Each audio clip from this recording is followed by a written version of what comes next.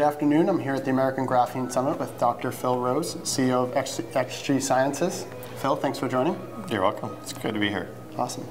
So I was hoping maybe you could start by just telling me a little bit more about XG Sciences and some of the work that you're doing with graphene currently. Sure. XG Sciences is, I like to call us a platform play in advanced materials. And those advanced materials are these things we call graphene nanoplatelets. So basically what we do is we convert graphite. We buy graphite and we convert it through two different processes to make graphene nanoplatelets.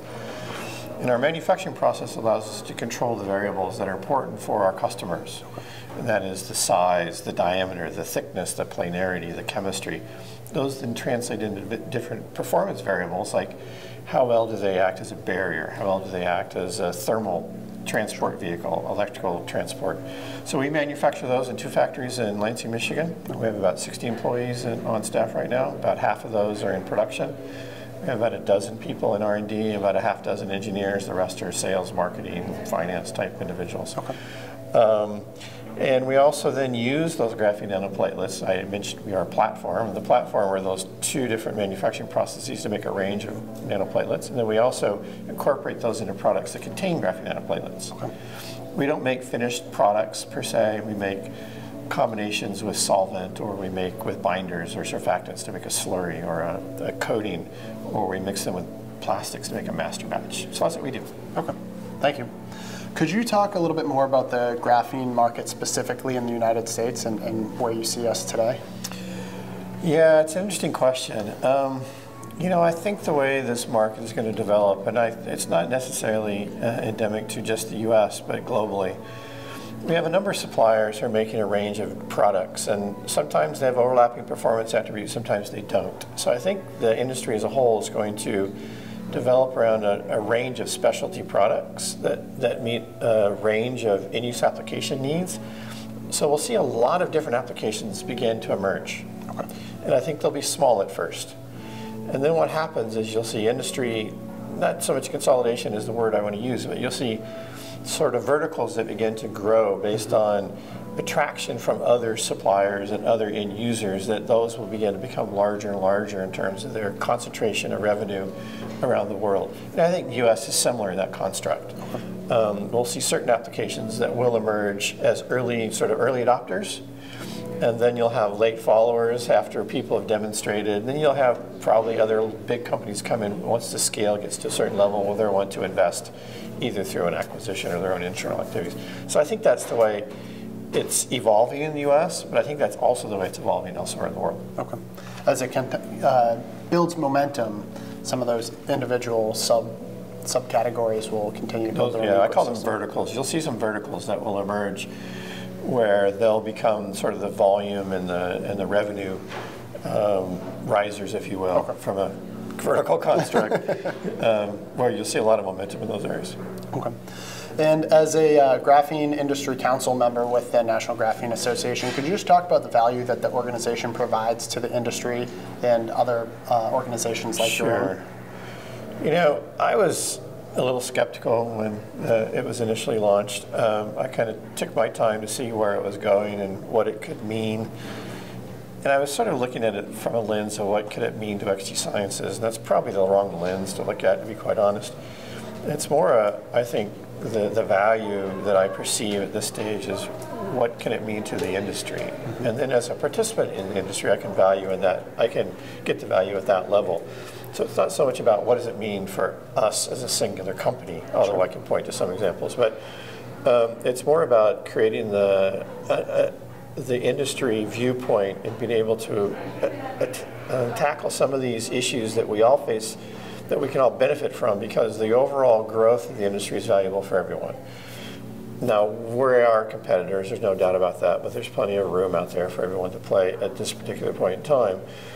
So other factors will become important in terms of differentiation over time, but at this stage of growth, being able to address some of those industry-wide things that the NGA has brought forth, I think is quite valuable, and it was on that basis that I decided to join. Those very interesting insights.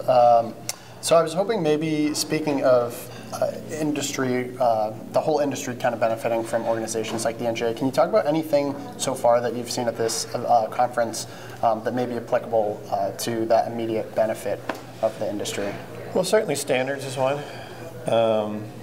And really, at this stage of the industry growth, being able to be a voice at the table when the standards are being set is extremely valuable. You know, we've been a company since 2006, so we've been around much longer than the NGA has been around, but we have not had a seat at the table when it comes to setting standards for this industry, although we have clearly a voice and that could be considered in that context. So just having now a forum that allows our voice to be carried forward to the regulatory bodies, to the standard setting bodies, is I think is very important. While we might still not have a seat directly at the table per se as it relates to the way the standards are set, our voice is a part of that, and NGA has helped, I think, pull that through. And without that, I'd probably still be sitting on the outside looking in. So it's examples like that, you know, the EH&S and safety type aspects, I think, is another emerging example. There probably are less commonalities from the overall industry that that we'll be able to benefit from in the short term, because those are slightly longer term issues to address. But it's issues like that that I think the NGA is rising up and doing a good job of putting forth to its participants and members. I've heard a number of those common threads come up today about both the shorter term issues and the longer term issues. So it's interesting to see how the industry is kind of balancing both of those needs. Sure. And hear those discussions. Speaking of being in Washington, could you comment on the importance of specifically this event and how U.S. policymakers are getting involved, or what that Sure. means for the industry? Well, I think it's a really interesting time in the industry. You know, if we look at the rest of the world, other countries have done a much better job of supporting graphene development than has the U.S. It's largely been left to the private sector to do that. So funding can come from a number of different sources, but while there are programs that do support early stage things in the U.S., and we've taken advantage of some of those as a company, and others do as well, it's not as robust as it is elsewhere. China's doing a lot to promote graphene to be a leader in the industry because they see the value in that. Obviously, the graphene flagship, the work being done in Manchester. A lot of money has been spent in South Korea, Singapore, and other areas. And the U.S. has just kind of been sitting on the sidelines, in my opinion, watching everyone else do this. So this is an opportunity to highlight some of that discrepancy, but it's also an opportunity to put the message in front of some decision makers to see if there's an environment that will allow that to change. But I think it's a good time to do it. If we don't do it soon, we meaning the U.S., if the U.S. doesn't do it soon, it's going to be too late, because others will have already progressed sufficiently far that the catch-up game is not going to be worth the investment. It does seem that there will be that threshold limit if we don't That's right. enact. And lastly, being the CEO of a company that successfully has delivered products to the end user market, could you just talk about the importance of that, of the end user segment, and building their awareness around graphene as well? Sure, it is immensely important. As I indicate, the adoption right now is being done across a lot of different industries. So it's a little bit difficult in that context to be able to be effective across all those industries. However, any means by which we're able to further educate the value of the materials, even the maturity of the industry, because oftentimes we'll talk to customers and they'll say, I didn't realize that either you or the industry is as far along as you were. Sometimes there are misconceptions around pricing. Oh, I thought that material was so expensive we couldn't afford to use it. So being able to communicate those aspects quite broadly, I think is valuable, but it's not easy to do, because trying to reach that number of audiences is a tough job. Awesome. Well, this has been extremely enlightening. I look forward to hearing more from you over the next day and a half. Dr. Phil Rose. You're welcome. Thank you. Nice to talk to you.